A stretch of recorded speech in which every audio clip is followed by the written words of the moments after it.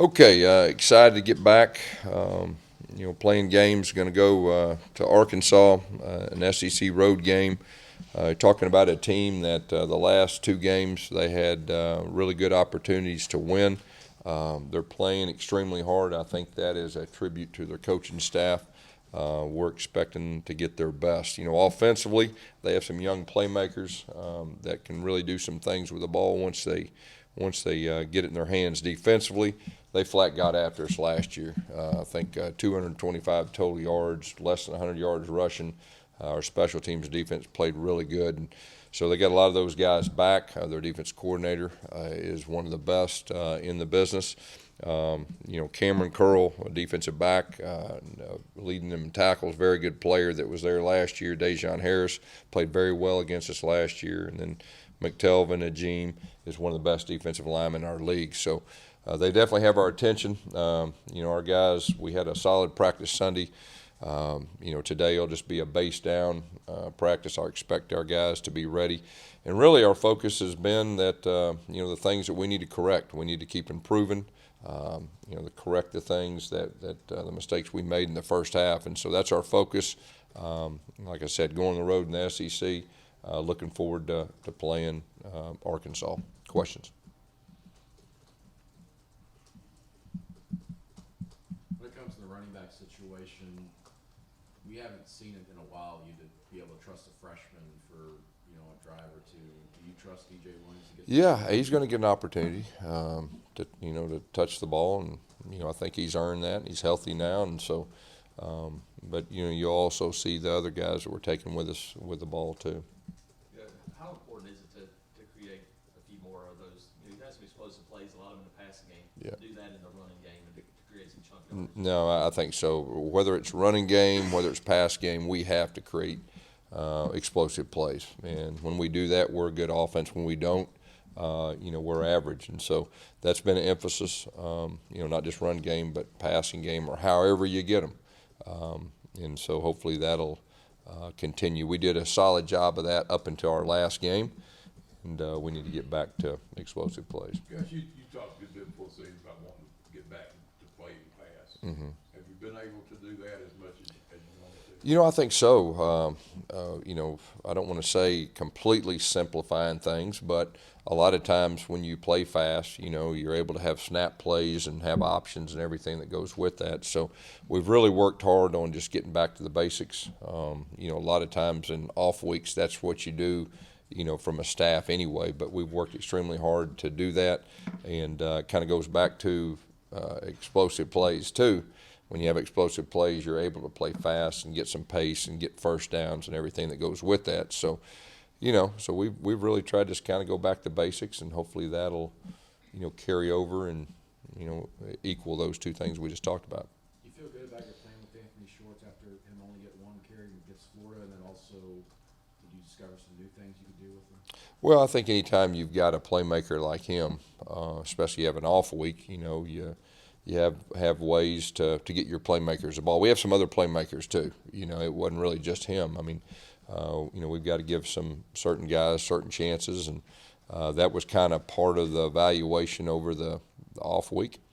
But Schwartz is a dynamic guy with the ball in his hands, and need to figure out ways. And we kind of talked about that last week too. But yeah, we'll have a good plan moving forward. Not just him, but our guys that are capable of making explosive plays. What was the focus with the offensive line last week after they had struggled? Seemed a decent bit against Florida. Yeah, just kind of back to basics with them too. And, just from my standpoint, hey, what are we good at? What are we average at? Let's do the things we're good at. Let's try to not do the things we're average at. So there's a little bit of both. But, it really comes down to execution and just basic football 101. And so we really just tried to go back to that, not just up front, but, all areas. And a lot of times when you do that, you can really slow down. You can start to improve. Because like I said before, when you're in the heat of everything, you got a game and a game and a game, you start having to scheme up, and you got to work on their different pressures and their different looks. Well, when you have an off week, you can sit there and work on you. And that's really what we did, and just slowed down and worked on the basics. And I really look for that group to improve. Now, we need to continue to stay healthy. We've been pretty fortunate. up to this point, minus a game or two. But if that group stays healthy, I expect them to improve. How much more important as a freshman was that week for Bo Nixon to do all the things that you were just talking about with the offensive line, kind of evaluate what he does well? Oh, yeah. No, there's no doubt. And things that he feels comfortable with. And you get on the practice field and the things that he can execute at a high level, that's what you call. Things that maybe that, hey, we need a little more time, we don't call it. So, it's really as simple as that. What he feels comfortable with, and we've worked hard on that last week. We'll continue that this week. Now, he feels more comfortable with a lot of things more than he did the first game. But, now we've got halfway through our season, and we had an off week. So we're in a different spot. He's not that same true freshman he was the very first game of the year where we're learning. We know a lot about him. He knows a lot about our offense. And we have a plan moving forward for the second half of the season. Question about Worm. I mean, he's almost as fast as Short, if not right there. He's not a very effective tailbacker. He hasn't been this year. He's an effective tailback. Yeah, we just got to give him opportunities in space, and he runs between the tackles well too. And without Boobie Whitlow now, he's going to get more opportunities just like the other guys. But we're real high on him, and I think he's capable of making some explosive plays. I mean, is it a function of maybe putting him in different situations to get the most out of his speed, or what do you think? I think it's a little bit of a lot of things. What he does well, kind of, and what try to get him in some one-on-one situations. This week you'll face another team that throws it a good bit. How have you seen, especially that secondary, come on, they're tackling really well? Have you seen them? Yeah, I think first of all, we've been tackling well. We got to continue to do that. We've been tackling well in space, and I think our guys, coverage-wise, have done a solid job against some good receivers. Now they have some very talented young receivers. They got a tight end that's one of the best in our league too. So they have some weapons. We're going to have to do a good job of disrupting them and affecting the quarterback, which I think we've done a pretty solid job of affecting the quarterback. This first half of the season. On that end, T.D. Moultrie kind of made that play against Florida. Yeah. Have you seen him kind of build on that? I think so. I mean, I think he's getting more healthy, and with that, you get more confidence. And when you go out there and you make a play, that helps you. So really hoping that'll carry over. Big picture on the special teams. How do you think those guys are doing so far? I think they're improving. As we've gotten healthier and got our gunners and things like that kind of lined out, we've done a lot better job of covering kicks. Early in the year, we didn't cover kicks very well, but we really improved in that, the last probably 3 to 4 games. And so, I feel like we're in good hands. We talked about the punts. I mean, we got to catch the punts in the air. That's really been a focus. And, and I think, Noah, given more chances, he's a dynamic guy. So I think we're in a good spot, special teams, as long as we stay healthy.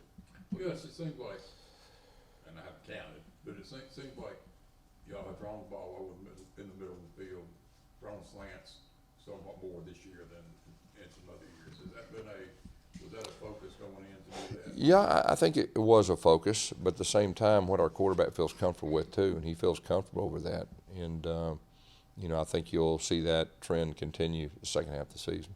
What gives you the confidence that with Whitlow out, that your running game will be as productive or more productive? Well, I mean, first of all, you got to be real. I mean, we're not going to go to Arkansas with one of the best tailbacks in our league. I mean, I just think that's the reality of the thing. But we do have confidence in our other guys, and we got confidence in our offensive line. And what we've been talking about is opportunity. So we got some guys have opportunities. Like I said, we'll see how they fare. Cam Martin, we know a lot about him. Cam Martin's played a lot of big games and played well. And Shivers is a guy that we just talked about, that he's capable of making some plays. DJ Williams, we talked about him, that this will be really his first time in prime time to see what he can do. But in the fall he performed or spring he performed very well. Then Harold Joyner will have a role, and he has played, specifically in the Texas A&M game and did a solid job. And then Malik Miller's kind of our specialized guy. So, we're carrying that group as a group. We'll see how they do. But, I mean, I'd be kidding myself to say Boobie Whitlow not going with us is not a big blow. But, we have opportunities for those other guys to show what they can do. When you guys were evaluating quarterback and really didn't come on the scene until the senior year, but he was playing quarterback. How did you guys evaluate him and obviously see some of the things he could do as a running back and be able to play on the SEC level? Yeah, it was the middle of the season last year, and somebody showed me his highlight film, and it took probably about 5 plays to figure out like that guy's a real player, and then everybody in the country offered him after that, and so he's got a skill set. And this spring, he confirmed that, and just feeling more comfortable. He got hurt. He had a shoulder surgery after spring, and then he had a little groin issue earlier, where I think he would probably be in a better spot than his first opportunity probably. So, but we got confidence in him. He's a talented young man. Gus, how valuable is a guy like Malik Miller that's willing and able to do the dirty work and just to do whatever you need to do? Yeah, Malik's a smart guy, and he's a veteran guy. He's played a lot of football, played in the SEC championship game too. So, him and Cam Martin are two guys that, they're veteran guys. They've been there and done that. You can count on them. You can trust them. And, both those guys will be factors, for us moving forward. Your 8-0 record after bye weeks, what all would you say goes into that? Just really thinking about you, like we talked about earlier, getting better at what we do. And then it gives you an extra time to get prepared for the opponent. Anytime you have extra time to prepare for an opponent, it's a huge advantage. So, it was good. They do some different things defensively. They do a lot of different things offensively. I mean, they run a lot of different plays. So, I'd say it's been good for us. But the bottom line is, and probably I should have said this, you heal up, and so you can be a little fresher mentally, whether it's a coach's standpoint or a player's standpoint. But, man, we got to play good football. I mean, like I said at the very first, you're talking about they're a hungry team. They've been close. Could have beat A&M. Could have beat Kentucky.